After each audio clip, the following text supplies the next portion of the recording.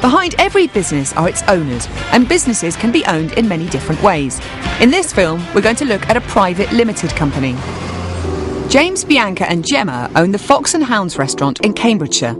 About a year ago, they bought it, renovated it and started their restaurant business. Yeah, there's a huge risk. We all put our necks on the line. We put every last penny we had into this place. We only had 6 weeks to turn this property into our dream business.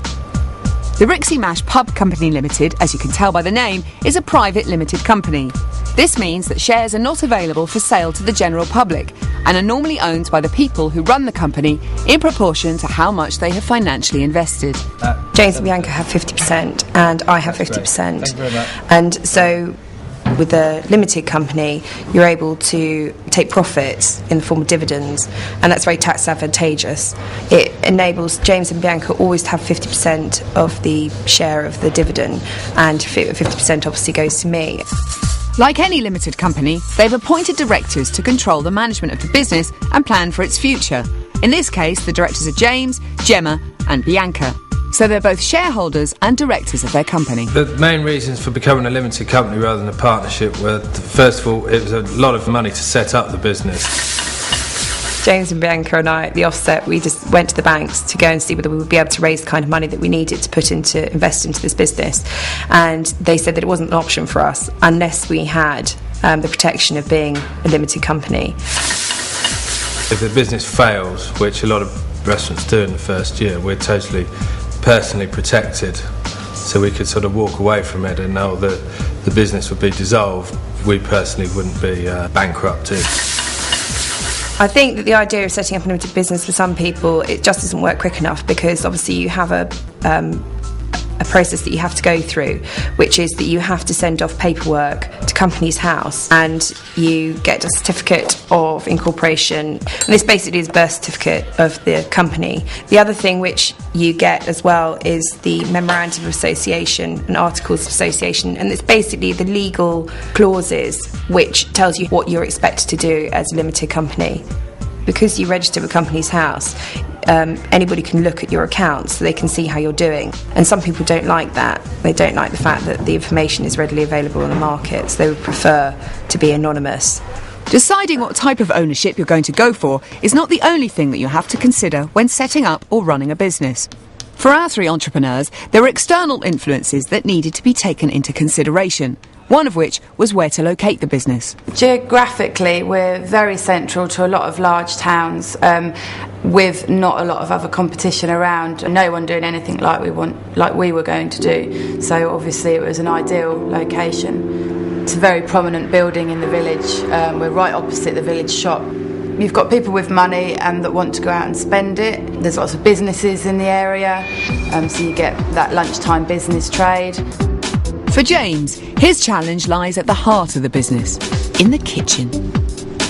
Well, the pricing of the menu is probably the most important thing in the business, as if you don't price the menu right, you're not going to make any money, and it's a very fine balance of cost and staff and overheads. You've got to pay for the equipment to prepare it, so in the initial setup you've got all your fridges and cookers that you have to do, and then you have the gas to run the cookers, pay for the electric to light the place, the initial cost of the food, VAT you have to put on, and national insurance and staff wages obviously all in there, so it all adds up and up and up.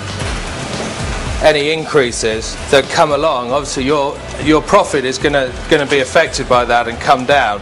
So I think if it was to go up again, the minimum wage, I think what we'd have to look at doing would be reducing the amount of staff we have on, which isn't ideal. Economic conditions can also affect business development. If you set up another business venture, you've obviously got to find more money from somewhere. And I think that the problem for us would be is that at the moment you've got interest rates that are about 4.5%, and that's very favourable if you're going to borrow money as a percentage to be paying back. But if you're going to borrow money and the government suddenly put up interest rates, you are, effectively going to have to make so much more out of your new business. A change in interest rates would really affect us, because not only would it affect us with the fact that we borrow money, so we'd have to pay back more money, but also we are a type of business which is a luxury. So the first thing that people are going to stop doing is going out, is spending money on wine and food and, things like that. So we're the first type of business that are going to suffer. And what about marketing and publicity? It's one thing to open a restaurant, but you still need to actually encourage customers to come through the door. The pub had been shut for a year and a half prior to us opening, so we advertised in newspapers. I was out walking every day to different villages doing leaflet drops, targeting specific areas. We had leaflets in the newsagents over the road, offering discounts to locals.